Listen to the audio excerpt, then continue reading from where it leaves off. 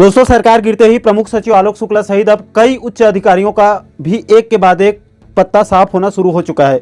इसी मुद्दे के बारे में हम इस वीडियो के अंदर बात करेंगे। नमस्कार दोस्तों, मैं हूं आपका दोस्त लोकेश साहू और आप देख रहे हैं लोकेश छत्तीसगढ़िया यूट्यूब चैनल। आप सभी साथियों का हमारे इस चैनल पर बहुत बहुत स्वागत है। दोस्तों, का छत्तीसगढ़ विधानसभा चुनाव 2023 में कांग्रेस की करारी हार के साथ भूपेश सरकार की सत्ता से विदाई हो गई और देर रात को सीएम बघेल ने भी अपना इस्तीफा राज्यपाल महोदय को सौंपकर अपनी सरकार का चलता कर दिया। दोस्तों, उसी के साथ साथ अब खबर मिल रही है कि संविदा पर अपनी सेवा दे रहे स्कूल शिक्षा विभाग के प्रमुख सचिव आलोक शुक्ला साहब ने भी अपना इस्तीफा मुख्य सचिव को सौंप दिया है। दोस्तों, आपकी जानकारी के लिए बता दूं कि आलोक शुक्ला जी के पास कई विभागों और बोर्ड की जिम्मेदारी थी। वो व्यापम और माध्यमिक शिक्षा मंडल के चेयरमैन थे, तो वहीं रोजगार मिशन के डायरेक्टर भी थे। इसके अलावा उनके पास कौशल विकास के सचिव का भी प्रभार था और साथ ही साथ स्वामी आत्मानंद अंग्रेजी मीडियम स्कूल स्कीम भी आलोक शुक्ला साहब की ही देन थी।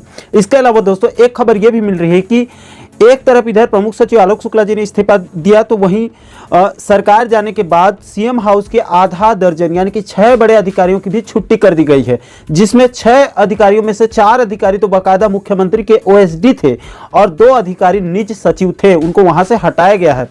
अब दोस्तों, प्रमुख सचिव आलोक शुक्ला साहब के जाने के बाद यहां से प्रदेश के सहायक शिक्षकों के लिए खुशी और चिंता दोनों स्थिति निर्मित हो गई है। खुशी इसलिए हो रही है क्योंकि बीते 5 सालों में सहायक शिक्षकों के ट्रांसफर, प्रमोशन और वेतन विसंगति के बीच सबसे बड़ा रोड़ा आलोक शुक्ला साहब ही थे।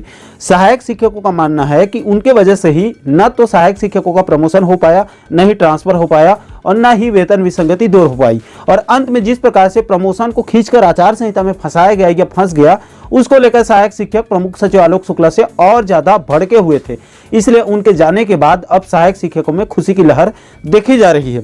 लेकिन दोस्तों, इसी के साथ साथ अब चिंता वाली बात यह है कि प्रमुख सचिव आलोक शुक्ला साहब के जाने के बाद सहायक शिक्षकों का प्रमोशन या फिर वेतन विसंगति का क्या होगा, इसको लेकर बहुत से साथी पूछ रहे हैं। तो देखिए दोस्तों, चूंकि पुरानी सरकार यानी कि भूपेश सरकार की अभी अभी विदाई हुई है और नई सरकार का अभी गठन हुआ नहीं है।